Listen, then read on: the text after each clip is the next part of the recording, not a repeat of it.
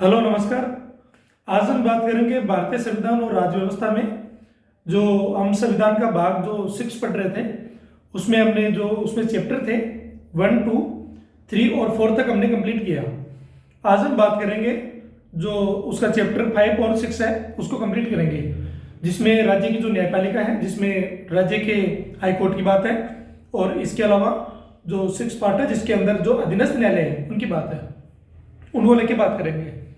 हम डायरेक्ट आते हैं इसके ऊपर और आप देख सकते हैं कि जो भारतीय संविधान का भाग 6 है, अध्याय जो 5 और 6 है, इसके अलावा राज्य में उच्च न्यायालय और अधीनस्थ न्यायालय की बात चलेगी। और जो आर्टिकल है वो 214 से लेके 237 तक है, ठीक है। अब हम लोग बात करेंगे एक एक को लेके, ठीक है। एक बार पढ़ लेते हैं, उसके बाद में फिर डिटेल से पढ़ेंगे, लेकिन इसको पढ़ने से पहले एक बार हम लोग बात कर लेते हैं कि जो भारत के अंदर जो न्यायालयों की संख्या है राज्यों के अंदर, उनकी संख्या है 25। और अगर टोटल जजेस की बात करूं तो सुप्रीम कोर्ट में जो हम बात करते हैं तो 34 टोटल CJI को, चीफ जस्टिस ऑफ इंडिया को मिला के कितने जज हैं? 34।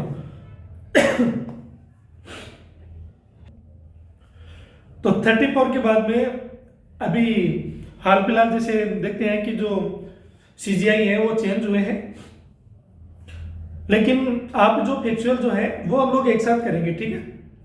लेकिन जो आपके एग्जाम के लिए जरूरी है उसको ध्यान में रखते हुए हम लोग ध्यान रखते हैं कि जो इन जुडिशरी की जो प्रोसेस है, इनका अथॉरिटी, इनका जो जुरिडिक्शन है, इनके द्वारा जो जुडिशियल जो रिव्यू है, इसके अलावा इनके द्वारा जो जजमेंट दिए जाते हैं, तो इन सभी चीजों के आधार पे क्या है कि क्वेश्चंस बनते हैं। कितने जज हैं, है ना, क्या नाम है, तो ये सारे जो सेंट्रल या स्टेट के अंदर जो लोअर कैटेगरी के अंदर जो एग्जाम पूछे जाते हैं, 4th ग्रेड के अंदर लगभग भी तो उनमें पूछे जाते हैं, उनमें भी नहीं पूछे जाते और कहीं पूछ लेते हैं, ठीक है। लेकिन जो मैक्सिमम क्राइटेरिया है वो इन कॉन्सेप्ट के आधार पर होता है, ठीक है। हम लोग उसी चीज के ऊपर, क्योंकि हमारा जो मोटो है वो भी यहाँ पर ही है कि UPSC और PCS, IAS, IPS, IFS और IRS, तो इन जैसी एग्जाम है तो यहाँ कॉन्सेप्ट क्लियर हो जाता है। और स्टेट PCS की भी बात रखी गई है स्टेट के लिए, ठीक है। अब हम लोग बात करते हैं इसके अंदर कि कौन कौन से इसके अंदर जो आर्टिकल्स हैं और क्या क्या चीजें मेंशन है उसमें। राज्यों के अंदर उच्च न्यायालयों की बात है, संविधान का भाग जो 6 है उसका चैप्टर नंबर 5 है, ठीक है। आर्टिकल 214 के अंदर क्या लिखा हुआ है कि राज्यों के लिए एक उच्च न्यायालय होगा, ठीक है। राज्यों के लिए एक उच्च न्यायालय होगा, इसका मतलब यह है कि एक राज्य के अंदर एक न्यायालय भी हो सकता है, एक, दो या दो से अधिक राज्यों के लिए भी एक न्यायालय हो सकता है, एक राज्य और केंद्र शासित प्रदेश के लिए भी एक न्यायालय हो सकता है।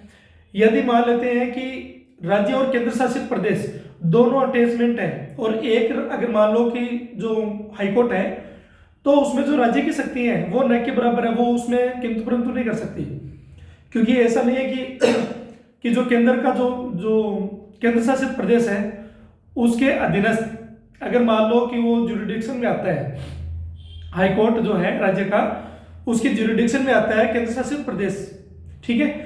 तो वो अगर चाहे कि भाई नहीं मैं तो इनको सेवाएं नहीं दे रहा हूँ या सेवाएं दे रहा हूँ तो मेरी को हस्तक्षेप होगा, तो ऐसा बिल्कुल हस्तक्षेप नहीं होगा, ठीक है। इस बात का ध्यान रखिए। आर्टिकल 215 क्या कहता है कि उच्च न्यायालय अभिलेख न्यायालय होंगे, मतलब यह है कि जो न्यायालय है ये अपने न्याय निर्णय देते हैं तो इनको साक्षात के आधार पर आगे ध्यान में रखते हुए एक लिखित दस्तावेज के रूप में ये अपने पास में अपने जुरिडिक्शन के अंदर और जो जजमेंट देते हैं उन सभी का जो क्या है साक्ष्य के रूप में रखते हैं लिखित रूप में, ठीक है। 216 के अंदर क्या है, उच्च न्यायालयों का गठन, ठीक है। प्रोसेस पढ़ेंगे इसके अंदर, कौन उच्च न्यायालयों का गठन कर सकता है, क्या प्रोसेस है, कैसे इसको हस्तांतरित किया जा सकता है, वो सारी चीजें। 217 में क्या है कि उच्च न्यायालय के न्यायाधीश की नियुक्ति और उसमें जो पद हैं उनकी शर्तें हैं, ठीक है, कि उनके पदों के लिए क्या शर्तें हैं उन पढ़ेंगे। वैसे जो मैंने आप जो हाई सुप्रीम कोर्ट के बारे में जब मैंने बात की थी तो सुप्रीम कोर्ट के बारे में जब बात की तो सुप्रीम कोर्ट वाले मैटर में सारा जो मामला था वो मैंने कॉन्सेप्ट बता दिया था, आप वहां जाकर पिछले वीडियो में जाके देख सकते हैं। ठीक है। 218 में उच्च न्यायालय पर सर्वोच्च न्यायालय से संबंधित कुछ प्रावधानों का अनुप्रयोग। ठीक है। 219 के अंदर क्या है, उच्च न्यायालय के न्यायाधीशों द्वारा जो शपथ और प्रतिज्ञान है उसकी बात हुई है। 220 में क्या है कि स्थायी न्यायाधीश बनने के बाद अभ्यास पर प्रतिबंध की बात है। ठीक है। 221 इसका मतलब है कि अगर मान लो कि कोर्ट के अंदर कोई न्यायाधीश बनता है तो उसके बाद में अगर उसका रिटायरमेंट होता है तो वो कहीं और जगह बाद में प्रैक्टिस नहीं कर सकता इस चीज के लिए। लेकिन उसके लिए प्रावधान है कि अगर सुप्रीम कोर्ट राष्ट्रपति द्वारा कार्यवाहक के रूप में या फिर अगर कोई सेवा लेना चाहे, ठीक है, तो वो अपने अपर जो लेवल के जो कोर्ट है वहां जा सकता है, नीचे वाले कोर्ट में नहीं जा सकता। ठीक है। सिवाय उस कोर्ट के अंदर जहां पर उसने कोई जजमेंट वगैरह कहीं पर जो उनकी ड्यूटी रही है उस जगह को। ठीक। अनुच्छेद 221 न्यायाधीशों के वेतन की बात है। ठीक है। 222 में क्या है, एक उच्च न्यायालय से दूसरे उच्च न्यायालय में न्यायाधीशों का हस्तांतरण ट्रांसफर की बात है। ठीक है। 223 में क्या है, कार्यवाहक मुख्य न्यायाधीश की नियुक्ति। एडॉक जो चीफ जस्टिस होता है कि अगर मान लो कि मुख्य न्यायाधीश नहीं होता है और अगर वो सीट किसी न किसी कारणवश से पदरिक्त होता है तो उस जगह पे जो मुख्य न्यायाधीश है उसका कार्य निरंतर रूप से चलता रहे, तो उसके लिए एक जो एडॉक है या जो अतिरिक्त कार्यवाहक मुख्य न्यायाधीश है उसकी नियुक्ति होती है। ठीक है। राष्ट्रपति का इसमें रोल है और राज्यपाल की भी भूमिका रहती है और सुप्रीम कोर्ट की रहती है। ठीक। अनुच्छेद 224 अतिरिक्त और कार्यवाहक न्यायाधीशों की नियुक्ति। ठीक है। 224 एक का क्या प्रावधान है कि उच्च न्यायालयों की बैठकों में सेवानिवृत्त न्यायाधीशों की नियुक्ति। फिर है 225 मौजूदा उच्च न्यायालयों का क्षेत्राधिकार है। ठीक है, कि उसका जो ज्यूरिडिक्शन है वो कितना है। 226 सबसे इंपॉर्टेंट ध्यान रखना क्योंकि फंडामेंटल राइट के लिए डायरेक्ट ये आर्टिकल है। हाई कोर्ट के लिए 226 कुछ रिट जारी करने के लिए उच्च न्यायाधीशों की शक्ति। ठीक है, जैसा परमादेश होता है तो कई सारे हैं। ठीक है। कुछ फिर है अनुच्छेद 227 के अंदर क्या है कि उच्च न्यायालय द्वारा सभी न्यायालयों पर जो अधीक्षण की जो शक्ति है उसकी बात की जा रही है। ठीक है। 228 कुछ मामलों को उच्च न्यायालयों में स्थानांतरित करना। ठीक है। 229 के अंदर क्या है कि उच्च न्यायालयों के अधिकारी और कर्मचारी तथा उनका जो खर्चा है उनकी बात हुई है। 230 के अंदर क्या है, केंद्र शासित प्रदेशों में उच्च न्यायालयों के अधिकार क्षेत्र का विस्तार। फिर 231 के अंदर क्या है, 2 या 2 से अधिक राज्यों के लिए एक सामान्य उच्च न्यायालय की स्थापना, जैसा कि हमने बात कर ली पहले। ये यहां तक कंप्लीट हो रहा है। अब यहाँ पर जो भाग 6 है इसका जो अध्याय 6 है वो कर रहे हैं। ठीक है। अधीनस्थ न्यायालय, अधीनस्थ न्यायालय मतलब जिला स्तर पर होते हैं। ठीक। अनुच्छेद 233 जिला न्यायाधीशों की नियुक्ति। ठीक है, कौन करते, इसमें क्या भूमिका रहती है, जो राज्यपाल की भूमिका है वो बढ़ेगी। ठीक है। 233 ए। ठीक है, सब क्लोज है इसका।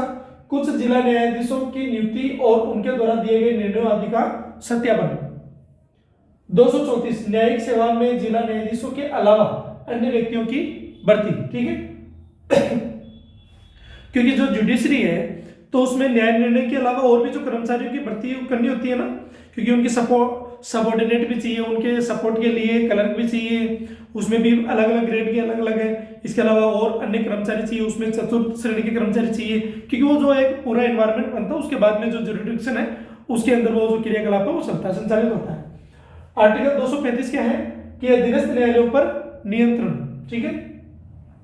236 में व्याख्या दी हुई है, क्या चीज की व्याख्या दी हुई है उसकी चर्चा करेंगे। 237 इस अध्याय के प्रावधानों का कुछ वर्ग या वर्गों के मजिस्ट्रेटों पर लागू होना। तो यहां पर ये चीजें कंप्लीट हो गई है। अब हम लोग बात करते हैं एक का 214 में क्या लिखा हुआ है। ठीक है।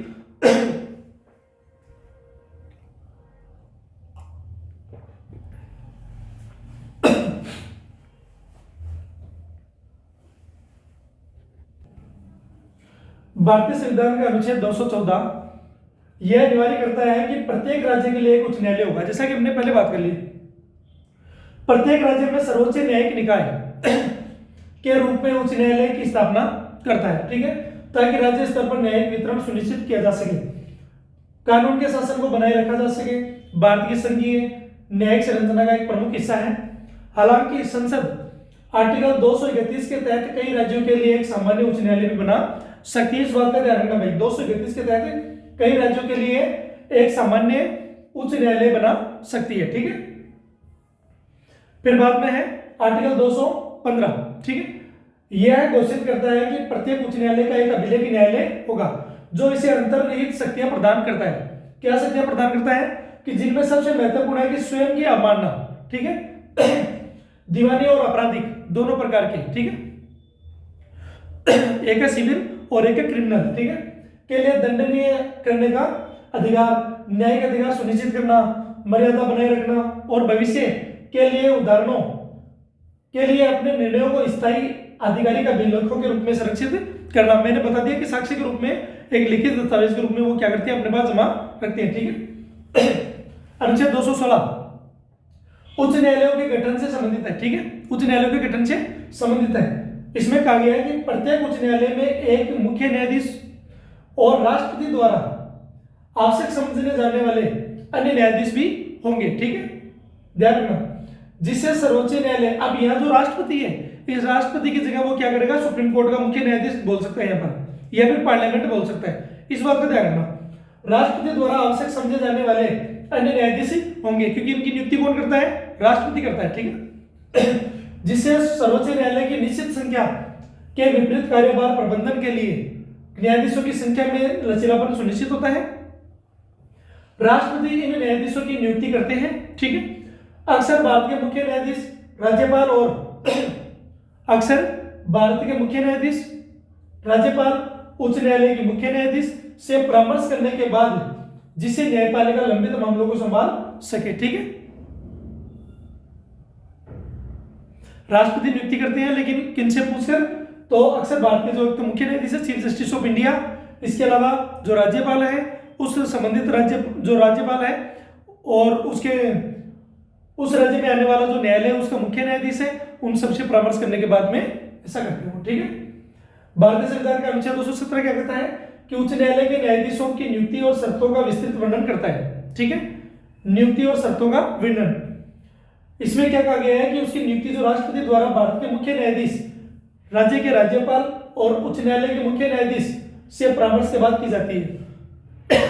यदि राष्ट्रपति स्वयं मुख्य न्यायाधीश की नियुक्ति नहीं करते हैं, इस बात का ध्यान रखना।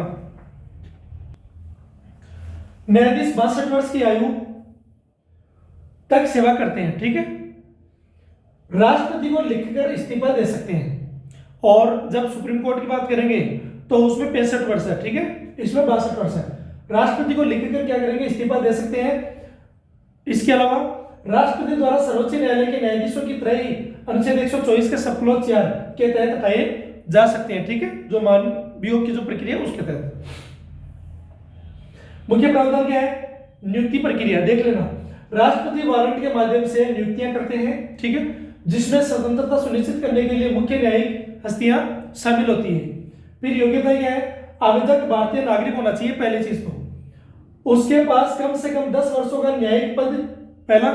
दूसरा, उच्च न्यायालय में वकालत का अनुभव होना चाहिए, या वह एक प्रतिष्ठित न्यायविद होना चाहिए। हालांकि न्यायविद संबंधी प्रावधान अनुप्रयोग विकसित हो चुका है, ठीक है। कार्यकाल का 62 वर्ष की आयु तक अपने पद पर बने रहते न्यायाधीश, ठीक है। त्यागपत्र है कि न्यायाधीश राष्ट्रपति को लिखित त्यागपत्र भेजकर इस्तीफा दे सकता है, और इसके अलावा अब देखो यहाँ राष्ट्रपति लिखा हुआ है, तो इसकी जगह वो क्या कर सकता है, राज्यपाल कर सकता है वो, ठीक है। हटाने की प्रक्रिया सुप्रीम कोर्ट के न्यायाधीशों के लिए निर्धारित जटिल प्रक्रिया अनुच्छेद 104 124 का सब क्लॉज 4 का अनुसरण करती है, जिसमें संसदीय कार्यवाही शामिल होती है। कार्यालय अवकाश, सुप्रीम कोर्ट में नियुक्ति होने या किसी अन्य उच्च न्यायालय में स्थानांतरण होने पर पद रिक्त हो जाता है, ठीक है। अनुच्छेद 218 क्या कहता है कि सुप्रीम कोर्ट के कुछ प्रावधानों के विशेष रूप से अनुच्छेद 124 का सब क्लॉज 4 और 5, मतलब सिद्ध दुर्व्यवहार या सिद्ध कदाचार बोल सकते हैं उसको, या असमता के आधार पर क्या कर सकते हैं कि हटाने की प्रक्रिया को उच्च न्यायालय के न्यायाधीश के तहत विस्तारित करता है, ठीक है, यह ध्यान रखना, सिद्ध कदाचार और असमता का आधार, ठीक है। इसके अलावा यह दुर्व्यवहार के सिद्ध कदाचार की बात है। लेकिन अगर मान लो राष्ट्रपति की जब महाभियोग की बात आती है तब आप क्या देखते हैं कि उसमें जो संविधान का उल्लंघन है उसका मेन प्रायोरिटी दिया गया है, ठीक है। जिससे सर्वोच्च न्यायिक स्तरों में एकरूपता और जवाबदेही सुनिश्चित होती है और ऐसे आधारों पर संसदीय संबोधन के बाद राष्ट्रपति द्वारा उन्हें हटाने की अनुमति मिलती है। किसके बाद में? संसदीय संबोधन के बाद में। यह उच्च न्यायालयों को सर्वोच्च न्यायालय के अनुशासनात्मक ढांचे से जोड़ता है जिससे न्यायिक स्वतंत्रता और सार्वजनिक विश्वास बरकरार रहता है। इसके कुछ 2018 के कुछ पहलू है, पढ़ते हैं। अनुच्छेद 124 का सब क्लॉज 4 और सब क्लॉज 5 क्या कहता है? इसका अनुप्रयोग की बात है कि यह विधेयक जो है सर्वोच्च न्यायालय के न्यायाधीशों को हटाने के लिए नियमों को उच्च न्यायालय के न्यायाधीशों पर लागू करता है और धाराओं जो उन सेक्शंस में सर्वोच्च न्यायालय के स्थान पर उच्च न्यायालय का शब्द का प्रयोग होता है। अनुशासन में एकरूपता, यह सर्वोच्च न्यायालय से न्यायाधीशों को हटाने के लिए एक सुसंगत कठोर प्रक्रिया सुनिश्चित करता है जिससे निष्पक्षता और न्यायिक अनुशासन को बढ़ावा मिलता है। निष्कर्षण के आधार क्या है कि न्यायाधीशों को केवल सिद्ध दुर्व्यवहार या अक्षमता के मामलों में ही पद से हटाया जा सकता है, इस बात का ध्यान रखना, ठीक है। अब यहां लिखा हुआ है केवल, तो जब एग्जाम के अंदर केवल देते हैं तो हम क्या करते हैं? एक्सट्रीम कंडीशन को रखकर उसको काट देते हैं, सभी जगह नहीं होता है। आप ये देख सकते हैं कि कहां केवल चीजें हैं, केवल ऐसा ही हो सकता है, तो ऐसे कई चीजों का आधार बना सकते हैं, ठीक है। हटाने की प्रक्रिया क्या है? संसद के अंदर लोकसभा या राज्यसभा में सदस्यों द्वारा प्रस्तुत किया जा सकता है, ठीक है। प्रस्ताव एक विशेष समिति आरोपी की जांच कर रही होती है, ठीक है। फिर यदि वह सिद्ध हो जाता है तो प्रस्ताव को संसद के दोनों सदनों में विशेष बहुमत से पारित करना होगा। विशेष बहुमत से, साधारण बहुमत से नहीं। राष्ट्रपति को एक आवेदन प्रस्तुत किया जाता है जिसके बाद राष्ट्रपति निष्कासन का आदेश जारी करते हैं। प्रक्रिया प्रोसेस है। अनुच्छेद 219 क्या कहता है कि यह अनिवार्य करता है कि प्रत्येक उच्च न्यायालय के न्यायाधीश को पदभार ग्रहण करने से पहले राज्य के राज्यपाल या उनके द्वारा नियुक्त कोई व्यक्ति द्वारा तीसरी अनुसूची में दिए गए प्रारूप के अनुसार संविधान और विधि के शासन को बनाए रखने की शपथ और प्रतिज्ञा लेनी होती है। जो ओथ लेते हैं वो इस हिसाब से, ठीक। यह गंभीर प्रतिज्ञा न्यायिक अखंडता, निष्पक्षता और संवैधानिक आदर्शों के प्रति प्रतिबद्धता सुनिश्चित करती है, जो उच्च न्यायालयों को नियंत्रण करने वाले प्रावधानों का हिस्सा है। वो ये पूछ सकता है कभी कोई क्वेश्चन के अंदर किसी एग्जाम में कि जो किस प्राधिकारी को जो है वो कौन सी शपथ दिलवाई जाती है, जुडिशरी के लिए कौन सी है, राष्ट्रपति के लिए क्या है, मंत्रियों के लिए कौन सी है, ऐसा, ठीक है। भारतीय संविधान का अनुच्छेद 220 क्या कहता है कि न्यायिक स्वतंत्रता को बनाए रखने और हितों के टकराव को रोकने के लिए सर्वोच्च न्यायालय और अन्य उच्च न्यायालयों को छोड़कर, सुप्रीम कोर्ट को और अन्य उच्च न्यायालयों को छोड़कर भारत में किसी भी न्यायालय या प्राधिकरण में कानून का अभ्यास करने से पूर्व स्थायी उच्च न्यायालय के न्यायाधीशों को प्रतिबंधित करती है। इस बात का ध्यान रखना, जिससे सेवानिवृत्ति के बाद न्यायपालिका में जनता का निरंतर विश्वास सुनिश्चित होता है और यह प्रावधान निचली अदालतों या उस उच्च न्यायालय में पेश होने से रोकता है, ठीक है, जहां उन्होंने सेवा की थी, और केवल उच्च न्यायालयों में ही वकालत करने की अनुमति देता है। नियम 1956 में संशोधन के साथ स्थापित किया गया। कुल मिला के बात यह है कि यदि किसी न्यायाधीश ने अपने सेवा काल में जिस जुरिडिक्शन में या जिस न्यायालय के अंदर उन्होंने जो ये सेवाएं दी है वो उनको छोड़ के बाकी जो अन्य उच्च न्यायालय है उनमें वो सेवा दे सकता है, उससे ऊपर वाले इसे अधीनस्थ वालों में काम नहीं कर सकता। इस बात का ध्यान रखें, ठीक है। 220 के कुछ प्रावधान है अभ्यास पर प्रतिबंध, ठीक है। जो व्यक्ति उच्च न्यायालय के स्थायी न्यायाधीश के रूप में कार्य कर चुका है वह भारत के किसी भी न्यायालय या प्राधिकरण के समक्ष पैरवी नहीं कर सकता। इस बात का ध्यान रखना, वकील के रूप में कार्य नहीं कर सकता। कुल मिला के बात यह है। अपवाद उन्हें सर्वोच्च न्यायालय और अन्य उच्च न्यायालयों, मतलब उस न्यायालयों को छोड़कर जिसमें उसने सेवा की थी, केवल उसको छोड़ के मैं क्या कर सकता, वकालत करने की अनुमति है। और यही वो क्या करता है कि स्टेटमेंट एक्सचेंज कर देता आपस में। उद्देश्य कि भाई अखंडता के लिए एक महत्वपूर्ण सुरक्षा कवच के रूप में ट्रांसपेरेंसी, निष्पक्षता, समझ रहे हैं, वो सारी चीजें बरकरार रहे, ठीक है। ये कि न्यायाधीश के पद को छोड़ने के बाद न्यायपालिका की गरिमा और निष्पक्षता को बनाए रखे। कुल मिलाकर बात ये है, ठीक है, ट्रांसपेरेंसी बने रहे। ऐतिहासिक संदर्भ क्या है इसका कि संविधान मतलब 7वां संशोधन अधिनियम 1956 द्वारा इस नियम को स्पष्ट किया गया और इसमें थोड़ा संशोधन किया गया, ठीक है, ताकि जो सेवानिवृत्त है रिटायरमेंट के बाद में न्यायाधीशों को कुछ लचीलापन मिल सके, ठीक है। अभ्यास करने की मानवीय इच्छा को स्वीकार करते हुए मूल प्रतिबंध को अभी भी बरकरार रखा जा सकता है, ठीक है, रखा जा सके, ठीक है। अनुच्छेद 221 क्या कहता है कि उच्च न्यायालय के न्यायाधीशों के वेतन भत्ते और पेंशन से संबंधित है।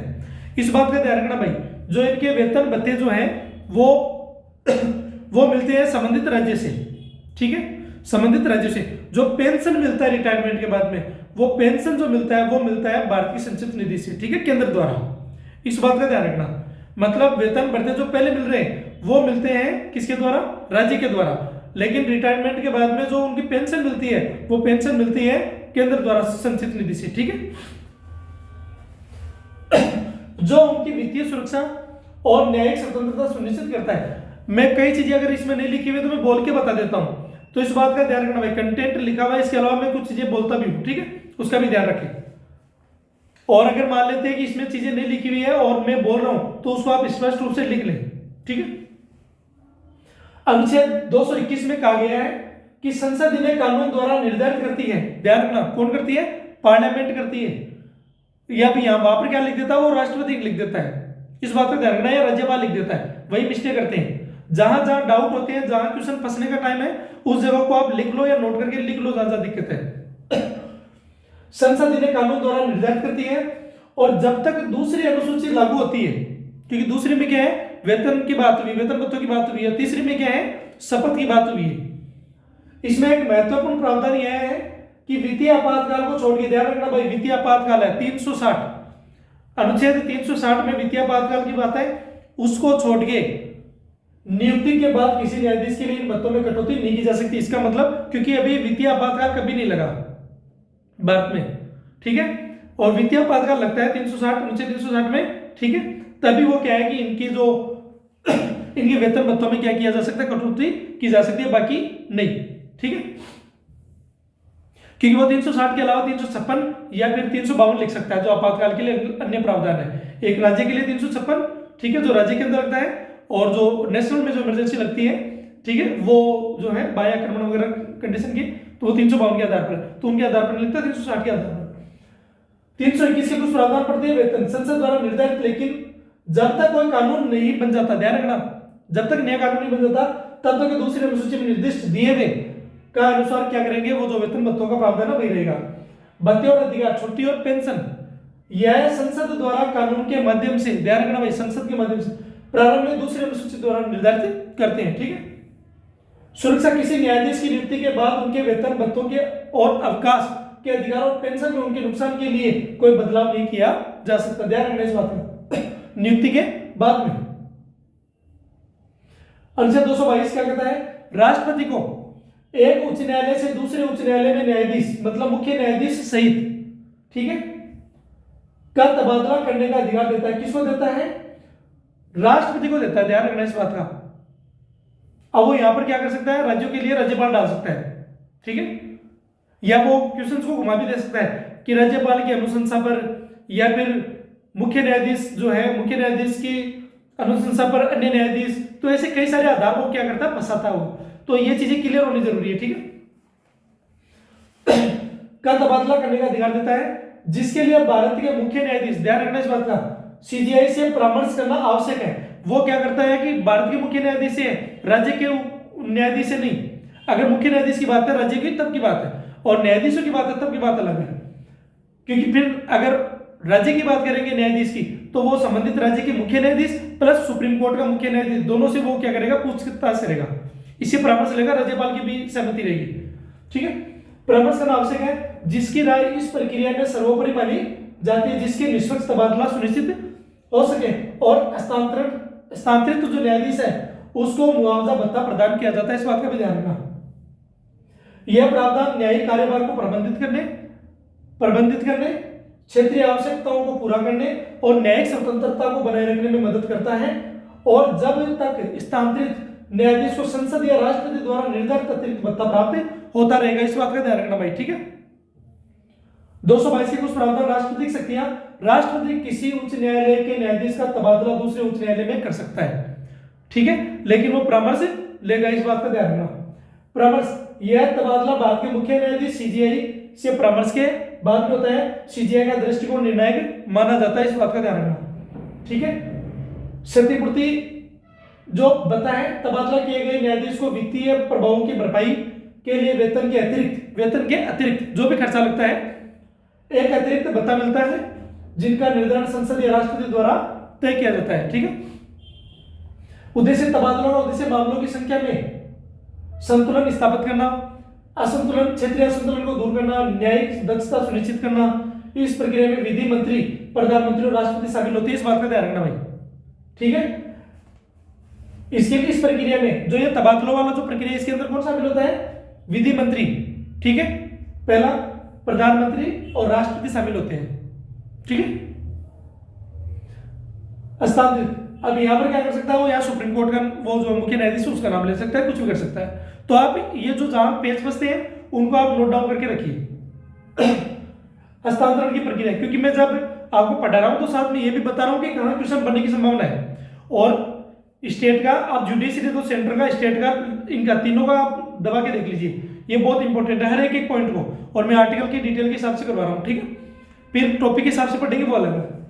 हस्तांतरण की प्रक्रिया, पहला दीक्षा, मुख्य न्यायाधीश हस्तांतरण प्रस्ताव की शुरुआत करते हैं, ध्यान रखना इस बात का, ठीक है। अब यह मुख्य न्यायाधीश की जगह वो क्या डाल देगा, या तो राज्यपाल डाल देगा या सुप्रीम कोर्ट का मुख्य न्यायाधीश सुप्रीम कोर्ट का मुख्य न्यायाधीश तो है, लेकिन इस बात का ध्यान रखना वो डाल सकता है राज्यपाल या फिर किसी और का नाम, एक तो राजद का पार्लियामेंट, ठीक है, फिर बाद में विधानमंडल का नाम डाल सकता है, या फिर इसके अलावा राष्ट्रपति का नाम डाल सकता है, या कोई और अन्य नाम डाल सकता है, ठीक है। मुख्य न्यायाधीश हस्तांतरण प्रस्ताव की शुरुआत करते हैं। सिफारिश, मुख्य न्यायाधीश ने केंद्रीय कानून मंत्री को इस मामले को हस्तांतरित करने की सिफारिश की है, ठीक है। मुख्य न्यायाधीश को ने क्या किया, केंद्रीय कानून मंत्री को इस मामले को हस्तांतरित करने की सिफारिश की है। अनुमोदन, प्रधानमंत्री राष्ट्रपति को सलाह देते हैं, इस बात का ध्यान रखना भाई, बहुत इंपॉर्टेंट है।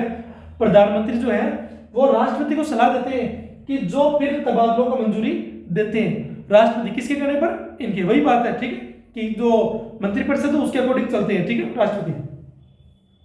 सूचना, न्याय विभाग भारत के राष्ट्रपति में एक अधिसूचना जारी करता है, ये प्रोसेस है, इस हिसाब से ये काम चलता है, ठीक है।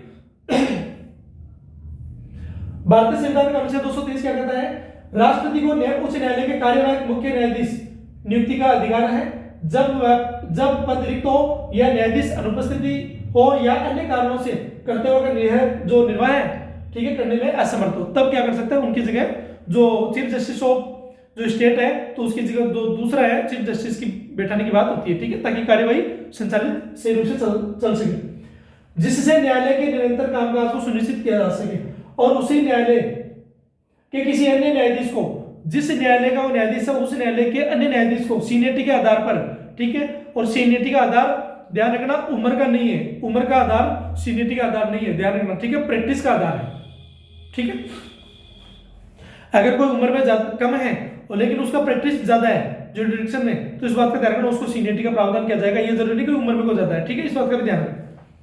अन्य न्यायाधीश को अस्थायी रूप से, अस्थायी रूप से किसी अन्य न्यायाधीश को अस्थायी रूप से उन कर्तव्यों का निर्वाह करने के लिए नियुक्त किया जा सके, यह प्रावधान राज्य के उच्च न्यायालय में न्यायिक स्थिरता और प्रशासनिक निरंतरता बनाए रखता है, जिससे न्यायपालिका के कामकाज में किसी प्रकार की बाधा न आए, ठीक है। फिर है अनुच्छेद 224, उच्च न्यायालय में अतिरिक्त और कार्यवाहक न्यायाधीशों की नियुक्ति की अनुमति देता है, ठीक है, ताकि बढ़ते कार्यभार और अस्थायी रिक्तियों को संभाला जा सके और समय पर न्याय वितरण सुनिश्चित किया जा सके, ठीक है।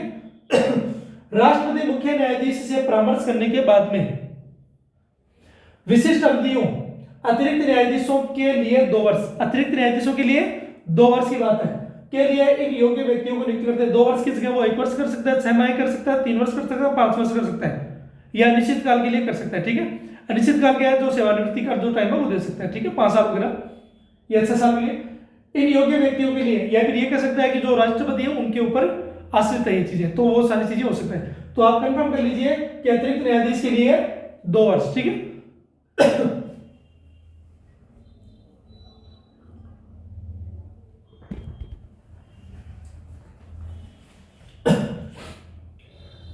जिसका उद्देश्य क्या है कि लंबित कार्यों को निपटाना और सुचारू कामकाज सुनिश्चित करना। आप देखते हैं कितने सारे जो पेंडिंग केस पड़े हैं, बहुत दुनिया भर के बड़े करोड़ों केस पड़े हैं। अब तो फिर भी थोड़ी प्रक्रिया जो है वो अलग अलग प्रकार से जो है वो सुनिश्चित की गई, जिसके अंदर जो जजमेंट का आधार है वो थोड़ा फास्ट हुआ है, फास्ट ट्रैक लाया गया है इसके अंदर। इसके अलावा जो ई जुरिडिक्शन का मामला आया, ठीक है, तो वो कई सारे मामले आए, इलेक्ट्रॉनिक जो गैजेट्स है उनसे इसको कनेक्टिविटी दी गई, ऐसा। तो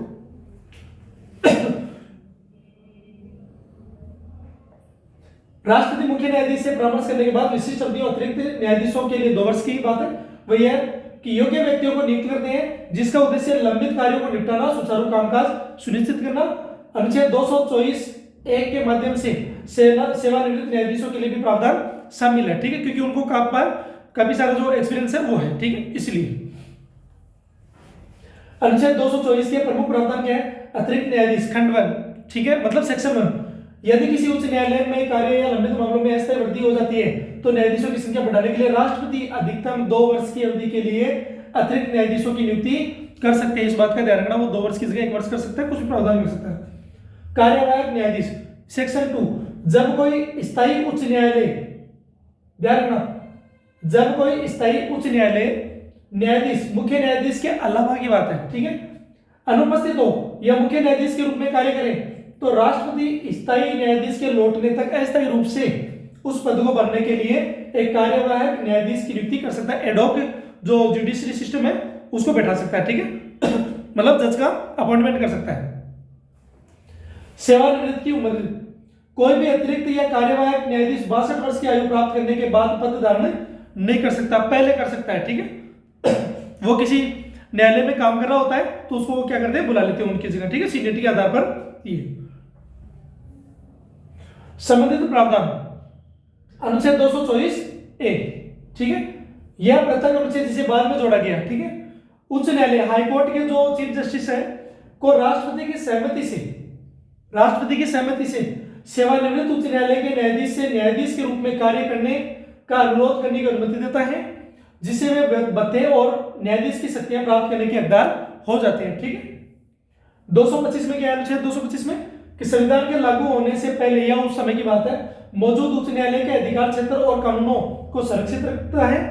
इसके अलावा इसे निरंतरता सुनिश्चित होती है, साथ ही राजस्व मामलों से संबंधित उनके मूल अधिकार क्षेत्र पर पूर्व प्रतिबंध को हटाता है। इस प्रकार उनकी शक्तियों का विस्तार होता है और यह जो अनुच्छेद है उच्च न्यायालयों को अदालती प्रक्रियाओं और बैठकों के लिए अपने नियम बनाने की अनुमति देता है, जिससे वे क्या करते हैं, नए संवैधानिक ढांचे के अनुकूल होते हुए भी अपनी सत्ता बनाए रख सके, ठीक है। अनुच्छेद 226 क्या कहता है कि उच्च न्यायालयों को मौलिक अधिकारों, जिसमें मूल्य अधिकार है भाग 3, ठीक है, को लागू करने और किसी अन्य उद्देश्य के लिए किसी भी व्यक्ति, प्राधिकरण या सरकार को बंदी प्रत्यक्षीकरण, ठीक है, पहला परमादेश, निषेध, उत्प्रेषण और अधिकार प्रचार, को वारंटों और रीट जो निर्देश और आदेश जिसको बोलते हैं, रीट का मतलब निर्देश और आदेश, ठीक है, जारी करने की शक्ति प्रदान करता है। तो सुप्रीम कोर्ट में करते हैं आर्टिकल 32 के अकॉर्डिंग और हाई कोर्ट में करते हैं आर्टिकल 226 के अकॉर्डिंग, ठीक है, दोनों का फंडामेंटल राइट के लिए। जो सुप्रीम कोर्ट है उसमें केवल फंडामेंटल राइट के लिए आप क्या कर सकते हैं, रीट पिटीशन लगा सकते हैं आर्टिकल 32 के तहत, केवल फंडामेंटल राइट के लिए। लेकिन फंडामेंटल राइट के अलावा अन्य जो कानूनी अधिकार है उनके लिए आप क्या कर सकते हैं कि हाई कोर्ट में जा सकते हैं इस अधिकार के अलावा, ठीक है। इसीलिए दोनों के अधिकारों की बात करें तो हाई कोर्ट की जो शक्ति है वो ज्यादा हो जाती है सुप्रीम कोर्ट के बजाय, ठीक है। इसलिए जारी करने की शक्ति प्रदान करता है, ये न्यायिक समीक्षा और कानून के शासन को बनाए रखने के लिए एक महत्वपूर्ण उपकरण बन जाता है, जो केवल मौलिक अधिकारों से परे अलग होकर उनके अधिकार क्षेत्र के भीतर अन्य कानूनी अधिकारों तक विस्तारित होता है, ठीक है, मैंने बता दिया आपको। अनुच्छेद 32 से व्यापक दायरा, ठीक है, जो सुप्रीम कोर्ट का है।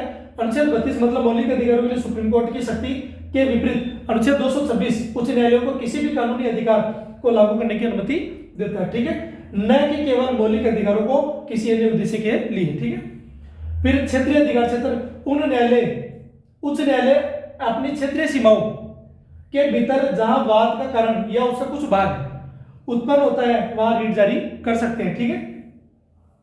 सार्वजनिक कानून उपाय, मुख्य रूप से राज्य या उसके संस्थानों जैसे सरकारी निकाय, विश्वविद्यालय, निगम, कॉर्पोरेशन जो है, ठीक है, के किस खिलाफ सार्वजनिक कानून के मुद्दों के लिए उपयोग किया जाता है, और आमतौर पर निजी नागरिक विवादों के लिए नहीं। इस बात का ध्यान रखना, यह लिखा हुआ है आमतौर पर, सामान्यतः, ठीक है। मुख्य रीट कौन कौन सी है, ठीक है, बंदी प्रत्यक्षीकरण, हेबियस कॉर्पस, ठीक है।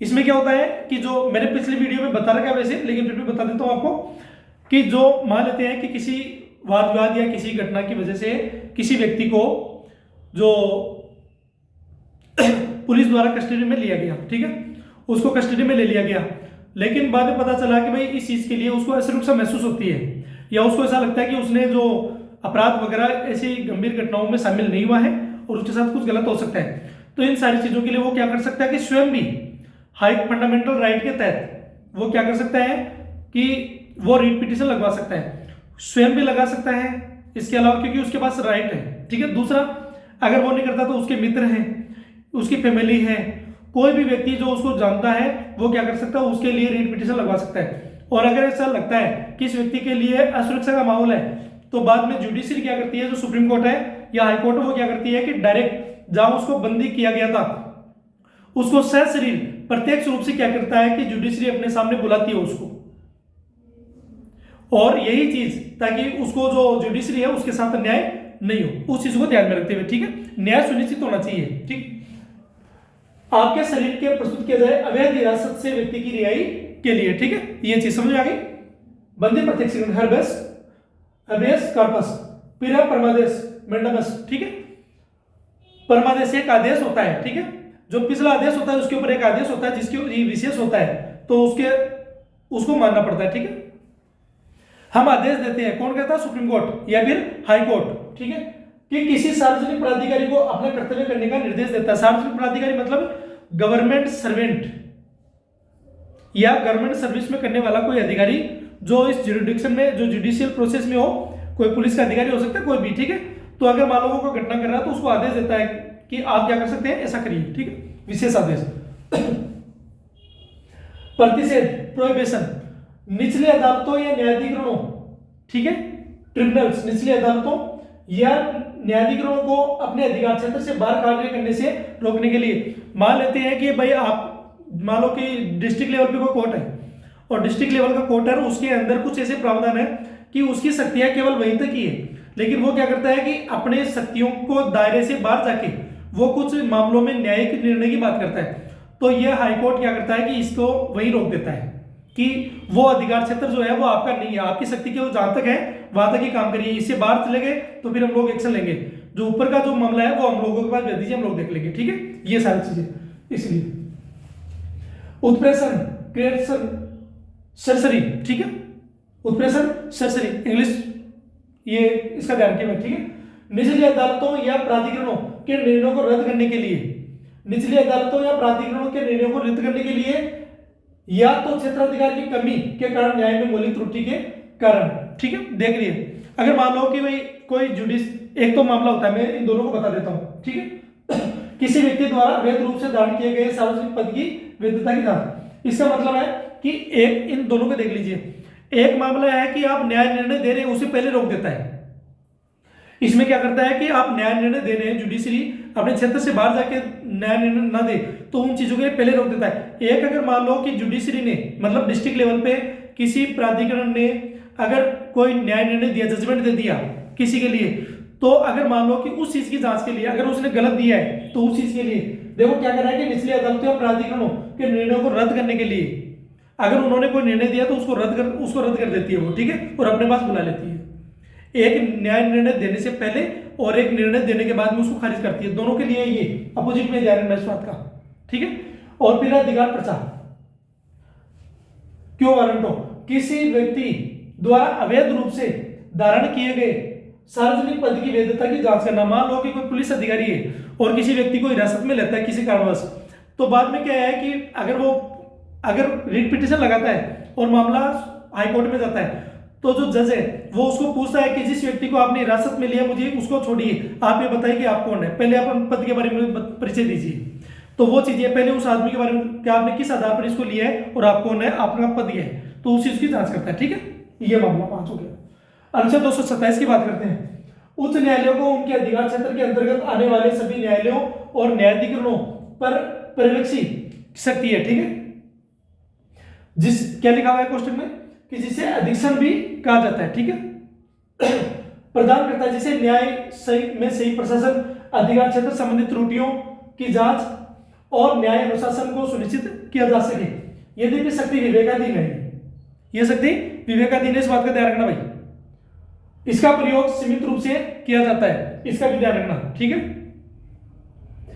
इसका उपयोग केवल तथ्यों, कानून की त्रुटियों को सुधारने के लिए नहीं किया जाता, जैसा कि नियमित अपील में होता है। यह ध्यान रखना, जिसमें प्रशासनिक नियम, प्रपत्र, लेखा, ठीक है, या न्यायिक दोनों पहलू शामिल है, जिसे अधीनस्थ न्यायालयों को अपने अधिकार क्षेत्र में बने रहने की गारंटी मिलती है। ठीक है, 227 के प्रमुख पहलू। अधीक्षण क्या है कि उच्च न्यायालय अपने क्षेत्र में सभी निचली अदालतों, न्यायाधिकरणों, केवल सैन्य न्यायालयों को छोड़ के, इस बात का ध्यान रखना।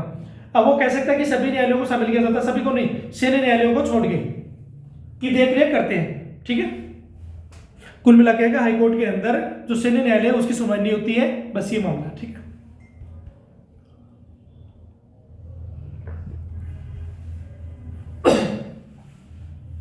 कार्य क्षेत्र, इसमें प्रशासनिक शक्तियां, इसमें परिणाम मंगवाना, नियम बनाना, प्रवर्तन निर्धारित करना, ठीक है, और न्यायिक निरीक्षण शामिल है। उद्देश्य वही है। ठीक है, विवेकाधीन यह एक विशेष शक्ति है जिसका प्रयोग बहुत कम और सावधानी पूर्वक किया जाना चाहिए, न कि अपील के विकल्प के रूप में। ठीक है, अनुच्छेद 228 क्या कहता है कि उच्च न्यायालयों को यह अधिकार देता है, क्या अधिकार देता है कि वे अधीनस्थ न्यायालयों में ऐसे मामलों को अपने पास हस्तांतरित कर सकते हैं। ठीक है, जिनमें महत्वपूर्ण संवैधानिक प्रश्न शामिल हो। ठीक है, जिससे संविधान की उचित व्याख्या सुनिश्चित हो सके, या फिर पूरे मामले का निर्णय करके या केवल कानूनी प्रश्न का निर्णय करके फिर उस अंतिम निपटान के लिए निचली अदालत में वापस भेजकर यह संवैधानिक कानून के दुरुपयोग को रोकता है, इसके प्रयोग में एकरूपता बनाए रखता है। कुल मिला के बात है कि अगर डिस्ट्रिक्ट कोर्ट के अंदर मान लो कि ऐसा कोई मामला हो जो संविधान से संबंधित हो, ठीक है, संविधान की रूपरेखाओं से संबंधित हो, तो हाईकोर्ट क्या कर सकता है, हो सकता है कि वो पूरे मामले को बुला ले, पहला कंडीशन। दूसरा, हो सकता है कि उसके ऊपर उठने वाला जो क्वेश्चन है उसके लिए वो क्या करते हैं कि व्यवस्था दे दे और बाद में उसके लिए वो वापस रिटर्न कर दे। ठीक है, वो है प्रमुख प्रावधान क्या है, मामलों को वापस लेने की शक्ति। ठीक है, कि यदि उच्च न्यायालय को निचली अदालत में लंबित किसी मामले में संविधान की व्याख्या से संबंधित कानून का एक महत्वपूर्ण प्रश्न मिलता है, तो वह अपने पास इसको क्या कर सकता है, वापस ले सकता है। ठीक है, उच्च न्यायालय के लिए दो विकल्प है, संपूर्ण मामले का निर्णय करे या तो, ठीक है, उच्च न्यायालय स्वयं इस पूरे मामले का निर्णय कर सकता है, तो कंडीशन ये है। दूसरा, प्रश्न निर्धारित करे और वापस लौटा दे। ठीक है, यह केवल संवैधानिक प्रश्न का निर्धारण कर सकता है, अपना निर्णय निचली अदालत को वापस भेज सकता है। ठीक है, और उस अदालत को उच्च न्यायालय के फैसले के अनुसार मामले को आगे बढ़ाने का निर्देश दे सकता है, इस बात का ध्यान रखना। ठीक है, कि आप अपनी मर्जी से नहीं कर सकते हैं, जो हमने कहा है उसके अकॉर्डिंग आप क्या कर सकते हैं, जो जजमेंट है वो दे सकते हैं। भारतीय संविधान का अनुच्छेद 229 क्या कहता है कि उच्च न्यायालयों को प्रशासनिक स्वतंत्रता प्रदान करता है। पहला तो ये, जो मुख्य न्यायाधीश को अपने अधिकारियों और कर्मचारियों की नियुक्ति, सेवा शर्तों, वेतन, अवकाश और पेंशन का विनियमन करने का अधिकार देता है, जिसका खर्चा राज्य की समेकित निधि से किया जाता है, जिसे न्यायिक स्वायत्तता और अनुचित कार्य हस्तक्षेप के बिना कुशल कामकाज सुनिश्चित हो सके। बता देता हूं कि जो हाईकोर्ट है, मेन जो न्यायाधीश है, उनके अलावा जो बाकी और कर्मचारी होते हैं, जैसे मैंने बताया लिपिक वगैरह होते हैं, जो क्लर्क वगैरह होते हैं, इसके अलावा अन्य जो लोग होते हैं जो भी पूरी प्रशासनिक के अंदर, तो उन लोगों के लिए जो नियुक्ति होती है वो ये कोर्ट करता है। ठीक है, मुख्य न्यायाधीश करते हैं, और इनके अलावा उनके वेतन भत्ते और जो पेंशन वगैरह जो सारी चीजें हैं वो ये डिसाइड करते हैं। ठीक है, ये और राज्य की जो संचित निधि होती है, कंसोलिडेटेड फंड ऑफ स्टेट, ठीक है, तो उनसे वो जाता है। अनुच्छेद 229 के प्रावधान क्या है, नियुक्तियां, मुख्य न्यायाधीश या कोई नामित न्यायाधीश, ठीक है, इनकी जगह मतलब जो भी कार्य कर रहा हो अधिकारी उच्च न्यायालय के कर्मचारियों की नियुक्ति करता है। हालांकि राज्यपाल गैर संलग्न जो कर्मी है, एम्प्लॉइज है, उसके लिए राज्य लोक सेवा आयोग से परामर्श करने की आवश्यकता होती है। जैसे आरपीएससी वगैरह बोर्ड होता है, तो उनसे भी क्या कर सकते हैं, परामर्श ले सकती है। ठीक है, क्योंकि आप देखते हैं सेंट्रल के अंदर यूपीएससी के लिए पूछता है और स्टेट के अंदर जो भी पब्लिक सर्विस कमीशन है उनसे पूछ सकता है। ठीक है, सेवा शर्त क्या है कि इंडियन कानून के तहत क्या करता है कि मुख्य न्यायाधीश के वेतन, भत्ते और अवकाश, पेंशन के लिए नियम निर्धारित करते हैं। लेकिन इन नियमों को राज्यपाल की मंजूरी की आवश्यकता होती है, इस बात का भी ध्यान रखना भाई, ठीक है। नियुक्ति कौन करता है? राष्ट्रपति। सिफारिश किसकी, नियमों का जो मंजूरी है वो किसकी आवश्यकता होती है? राज्यपाल की, इस बात का ध्यान रखना, ठीक है। वित्तीय स्वायत्तता, भारत के सर्वोच्च न्यायालय के इस स्रोत और लॉ भूमि के अभिलेख में बताया गया है कि कर्मचारियों के वेतन सहित सभी प्रशासनिक खर्चे राज्य की समेकित निधि से वहन किए जाते हैं, ठीक है। समेकित निधि से है ना, ध्यान रखना भाई, सॉरी, न्यायालय द्वारा एकत्र की गई कोई भी फीस इस निधि में जमा होती है, जिससे वित्तीय आत्मनिर्भरता सुनिश्चित होती है, ठीक है। अनुच्छेद 229(3) के अनुसार जो राज्य की जो संचित निधि है उससे तो राष्ट्र जो न्यायाधीश है उनके वेतन भत्ते जाते हैं, पेंशन जो है उसके बाद में जो केंद्र की संचित निधि है वहां से जाता है, लेकिन जो अन्य कर्मचारी है उनको समेकित निधि से दिया जाता है, ठीक है, कर्मचारियों के लिए, ठीक है। अनुच्छेद 229 का सब क्लॉज 3 के अनुसार क्या है? उच्च न्यायालय के सभी प्रशासनिक खर्चे जिनमें अधिकारियों, सेवकों और न्यायाधीशों के वेतन भत्ते पेंशन शामिल है राज्य की संचित निधि पर भारित होते हैं, ठीक है। उच्च न्यायालय द्वारा ली गई फीस और अन्य जो धनराशि है वो राज्य की संचित निधि का हिस्सा होती है। पेंशन के भुगतान में संशोधन, मतलब सुप्रीम कोर्ट का फैसला है। सुप्रीम कोर्ट ने वन रैंक वन पेंशन के सिद्धांत को लागू करते हुए फैसला सुनाया कि सभी सेवानिवृत्त उच्च न्यायालय न्यायाधीशों बार में नियुक्त, ठीक है, बार मतलब जुडिशियल रिफॉर्म में आता है, जिला न्यायपालिका से या स्थायी या अतिरिक्त, ठीक है, को समान पेंशन मिलनी चाहिए, इसमें कोई भेदभाव नहीं होना चाहिए, ठीक है। फिर न्याय विभाग के अनुसार उच्च न्यायालय के न्यायाधीशों की पेंशन भारत की संचित निधि कंसोलिडेटेड फंड ऑफ इंडिया पर भारित होती है, ध्यान रखना, जबकि उनके वेतन और भत्ते राज्य की संचित निधि से, वेतन और भत्ते राज्य की संचित निधि से और पेंशन जो है वो केंद्र की संचित निधि से, ठीक है। भारतीय संविधान का अनुच्छेद 230 क्या कहता है कि संसद को किसी केंद्र शासित प्रदेश, ध्यान रखना इस बात का, में राज्य उच्च न्यायालय के क्षेत्राधिकार का विस्तार करने या उसको बाहर करने का अधिकार देता है। किसको? संसद को। अब यह राष्ट्रपति दे सकता है, मुख्य न्यायाधीश दे सकता है या राज्यपाल दे सकता है, ध्यान रखना, संसद को है, जिससे केंद्र शासित प्रदेशों के लिए न्यायिक कवरेज सुनिश्चित होता है। साथ ही केंद्र शासित प्रदेश से संबंधित मामलों में राष्ट्रपति की भूमिका के प्रावधान, ध्यान रखना, और राज्य विधानमंडलों द्वारा इस व्यवस्था में हस्तक्षेप करने पर प्रतिबंध के साथ न्याय को सुलभ एक समान बनाया जा सकता है। कुल मिला के बात यह है कि मान लो कि एक राज्य है और वहां पर उस राज्य के अंदर जो हाईकोर्ट है और उस हाईकोर्ट के दायरे में केंद्र शासित प्रदेश भी शामिल होता है, ठीक है। जैसे मान लेते हैं कि जो जैसे हरियाणा और पंजाब है, तो हरियाणा और पंजाब है तो इनका एक न्यायालय है। अब चंडीगढ़ मान लो कि केंद्र शासित प्रदेश है और चंडीगढ़ को इसमें शामिल कर लिया गया, तो आप जो हरियाणा पंजाब का जो मामला है, जुरिडिक्शन का मामला है, तो वो ये नहीं कह सकता कि भाई जो केंद्र शासित प्रदेश चंडीगढ़ है हम इसके दायरे को सुनेंगे नहीं, तो ऐसा नहीं कर सकता। ये दायरा कौन तय करता है? ये संसद तय करती है, ना कि स्टेट इसमें कुछ कर सकता है, स्टेट की इसमें कोई व्यवस्था नहीं है, ठीक है, इस बात का ध्यान रखना। इसके पहलुओं को पढ़ लेते हैं, अभी क्लियर हो जाएगा। संसदीय शक्ति, संसद कानून द्वारा किसी केंद्र शासित प्रदेश को उच्च न्यायालय के अधिकार क्षेत्र में शामिल क्षेत्र में ला सकती है और उसे हटा भी सकती है, ठीक है। पहली चीज तो ये पार्लियामेंट का। फिर उद्देश्य क्या है? यह केंद्र शासित क्षेत्रों में न्यायिक प्रशासन सुनिश्चित करता है और विशेषकर छोटे क्षेत्रों में दक्षता के लिए मौजूद उच्च न्यायालयों का लाभ उठा सकता है। राज्य विधानमंडल की भूमिका क्या है कि यदि किसी राज्य का उच्च न्यायालय, ठीक है, किसी केंद्र शासित प्रदेश की सेवा करता है, ठीक है, तो राज्य विधानमंडल उस क्षेत्राधिकार को परिवर्तित नहीं कर सकता।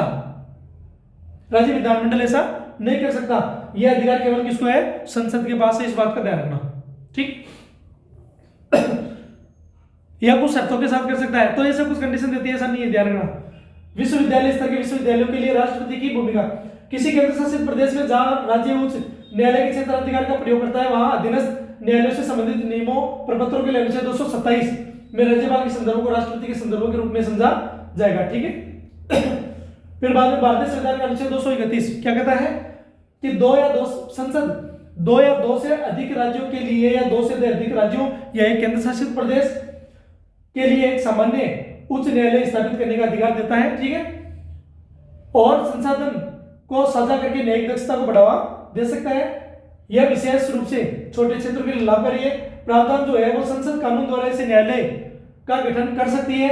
यह भी बताता है कि संबंधित अनुच्छेद जैसे नियुक्ति और अधिकार क्षेत्र में राज्यपालों और राज्य के संदर्भ में इन साझा उच्च न्यायालयों पर कैसे लागू होते हैं, पार्लियामेंट तय करती है। प्रमुख पहलू संसद का अधिकार, संसद के पास एक सामान्य उच्च न्यायालय की स्थापना के लिए कानून बनाने का अधिकार है। ठीक है, दायरा क्या है, यह नियम उच्च न्यायालयों पर लागू होता है जो कई राज्यों के केंद्र शासित प्रदेशों के समायोजन के लिए बात करता है। फायदा क्या है, संसाधनों के अनुकूलन, प्रशासनिक सुविधाओं में मदद, साझा अधिकार क्षेत्र में एक समान न्याय सुनिश्चित करना। ठीक है, क्षेत्राधिकार, जबकि संसद न्यायालय की स्थापना करती है उस क्षेत्र के लिए कानून बनाने की शक्ति रखने वाले संबंधित राज्य विधानमंडल अपने अपने क्षेत्रों के भीतर न्यायालय के अधिकार क्षेत्र पर कानून बना सकते हैं। इस बात का भी ध्यान रखना इस मामले में।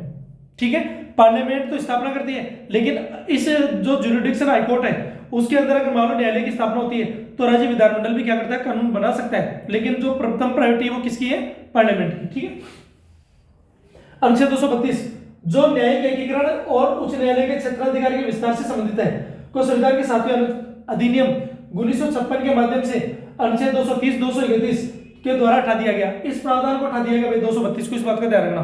ठीक है, प्रतिस्थापित कर दिया गया है, जिसने राज्य और केंद्र शासित प्रदेशों पर उच्च न्यायालय की शक्तियों को सुव्यवस्थित किया गया है। प्रभावी रूप से इसके दायरे को न्यायिक प्रशासन और अपीली क्षेत्राधिकार के लिए नए स्पष्ट प्रावधानों में विलय कर दिया गया है। ये यहाँ पर जो है वो राज्य का जो न्यायालय है वो कंप्लीट हो गया है। अब हम लोग जो पढ़ेंगे वो अधीनस्थ न्यायालय पढ़ेंगे। ठीक है, इसके बाद में आप देख सकते हैं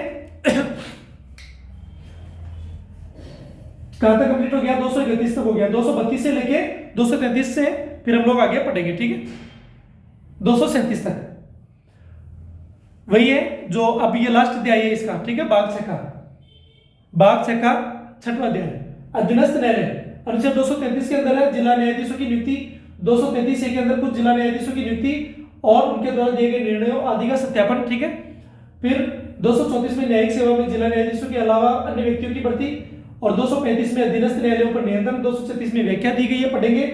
और 237 के अंदर इस अध्याय के प्रावधानों में कुछ वर्ग या वर्गों के मजिस्ट्रेटों पर लागू होता है, तो हम लोग उसको पढ़ते हैं। आप पढ़ते हैं इसमें 233 पहले। ठीक है, होने वाला कंप्लीट है, ज्यादा नहीं है। जिला न्यायाधीशों की नियुक्ति, पहला डिस्ट्रिक्ट जो मजिस्ट्रेट है उनकी नियुक्ति, पदस्थापन और पदोन्नति को नियंत्रित करता है, जिससे कहा गया है कि राज्य का राज्यपाल उच्च न्यायालय के परामर्श से राज्य का राज्यपाल, संबंधित राज्य का राज्यपाल और उस संबंधित राज्य है उसका उच्च न्यायालय है, उस उच्च न्यायालय का मुख्य न्यायाधीश है के परामर्श से नियुक्ति करता है, जिससे न्यायिक स्वतंत्रता सुनिश्चित होती है। इसमें प्रत्यक्ष भर्ती के लिए योग्यताएं भी निर्धारित की जाती है। इसके तहत कम से कम 7 साल तक वकील के रूप में कार्य करना होता है। इस बात का ध्यान रखना भाई। ठीक है, उच्च न्यायालय की सिफारिश आपसे भी है, जिसमें अधीनस्थ न्यायालय जो न्यायपालिका है उसमें राजनीतिक हस्तक्षेप को रोका जा सके। ठीक है, मुख्य प्रावधान सेक्शन फर्स्ट क्या कहता है, मतलब ये खंड जो सब क्लोज बना है वो क्या कहता है, नियुक्त जो प्राधिकारी उनकी बात है। जिला न्यायाधीशों की नियुक्तियां, पदस्थापन और पदोन्नति के मामले राज्यपाल द्वारा तय किए जाते हैं। इस बात का ध्यान रखना पहला। तो दूसरा, यहाँ पर यह कार्य उस राज्य में अधिकार क्षेत्र रखने वाले उच्च न्यायालय के परामर्श से किया जाना चाहिए। ठीक है, जिसे उच्च न्यायालय का एक मुख्य भागीदार बन जाता है। ठीक है, खंड 2 क्या कहता है, सीधे भर्ती होने वालों के लिए पात्रता। ठीक है, जो डायरेक्ट भर्ती होता है उसके लिए बात, जो व्यक्ति पहले से केंद्र या राज्य में सेवाओं में नहीं है, मतलब सेंट्रल या स्टेट के अंदर सर्विस में नहीं है, उसे तभी नियुक्त किया जा सकता है जब वह कम से कम 7 वर्षों तक अधिवक्ता या वकील रहा हो, पहले कंडीशन। ठीक है, उसकी नियुक्ति के लिए उच्च न्यायालय द्वारा सिफारिश भी की जानी चाहिए। ठीक है, अनुच्छेद 234 क्या कहता है, राज्य की न्यायिक सेवा में व्यक्तियों क्वेश्चन में लिखा जिला न्यायाधीशों के अलावा, राज्य की न्यायिक सेवा में व्यक्तियों जिला न्यायाधीशों के अलावा जो अन्य लोग हैं की भर्ती को नियंत्रित करता है, जिसमें और अन्य जो लोकल जो सर्विस वाले होते हैं उनकी बात है, जिसमें अनिवार्य है कि राज्यपाल राज्य लोक सेवा आयोग मतलब पब्लिक सर्विस कमीशन है उसको बोलता है। वो अन्य जैसे क्लर्कों की भर्ती है, ड्राइवरों की भर्ती है, अन्य जो लोग हैं उन सभी की बात है, टाइपराइटर जो होते हैं। ठीक है, और उच्च न्यायालय के परामर्श से बनाए गए नियमों के अनुसार ये नियुक्तियां करें, जिससे निचली न्यायपालिका में निष्पक्ष और स्वतंत्रता सुनिश्चित हो सके। 234 के मुख्य पहलू के द्वारा यह प्रावधान राज्य की सेवा में सभी न्यायिक पदों पर लागू होता है और सिवाय जिला न्यायाधीशों के जो अनुच्छेद 233 के अंतर्गत आते हैं। नियुक्ति प्राधिकारी राज्य के राज्यपाल द्वारा होती है। परामर्श का दायरा अपॉइंटमेंट लेने से पहले निम्नलिखित परामर्श आवश्यक है। क्या, राज्य लोक सेवा आयोग से, ठीक है, स्टेट पब्लिक सर्विस कमीशन की बात है, और उस राज्य में अधिकार क्षेत्र रखने वाले उच्च न्यायालय से, ठीक है, दोनों से। भारतीय संविधान का अनुच्छेद 235 जो है उच्च न्यायालय को जिला न्यायालय और उनके अधीनस्थ न्यायालयों पर प्रशासनिक नियंत्रण प्रदान करता है, जिसमें राज्य की न्यायिक सेवा के भीतर न्यायिक अधिकारियों जिला न्यायाधीश को छोड़ के की तैनाती, पदोन्नति, अवकाश शामिल है, जिससे न्यायिक स्वतंत्रता और निचली अदालतों का कुशल प्रशासन सुनिश्चित होता है।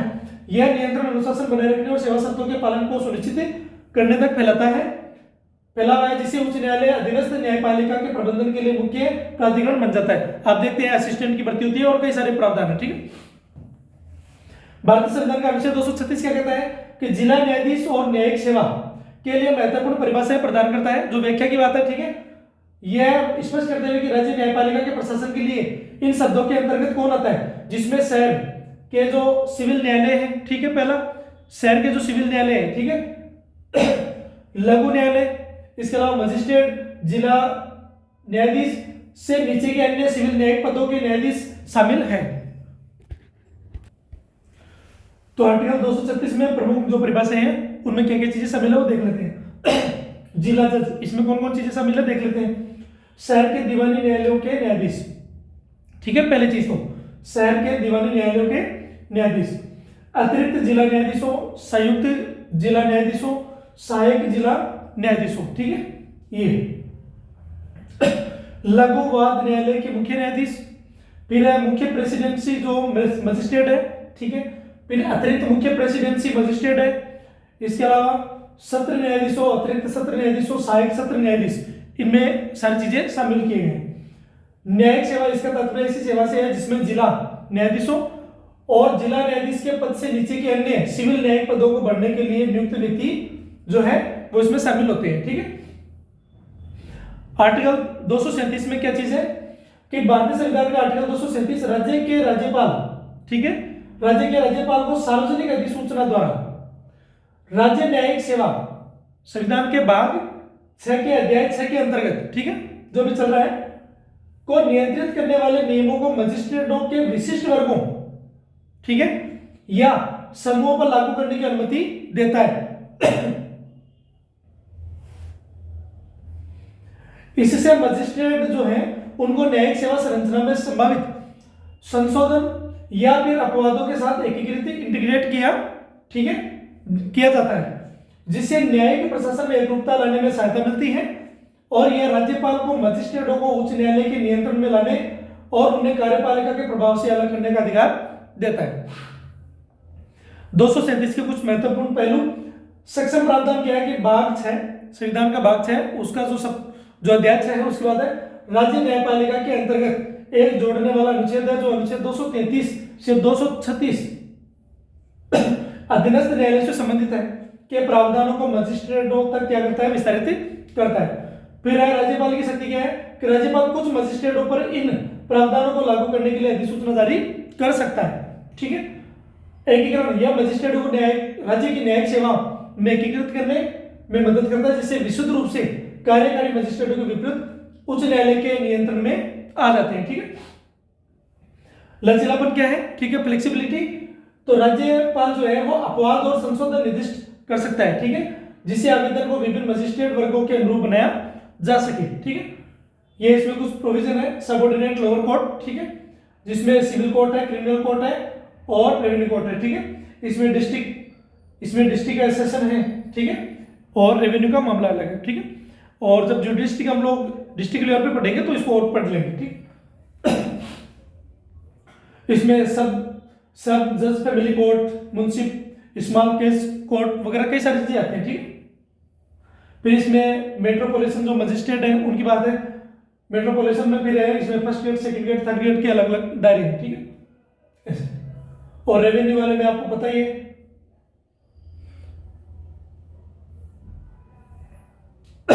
इस हिसाब से हमारा ये पूरा कंप्लीट यह होता है, ठीक है।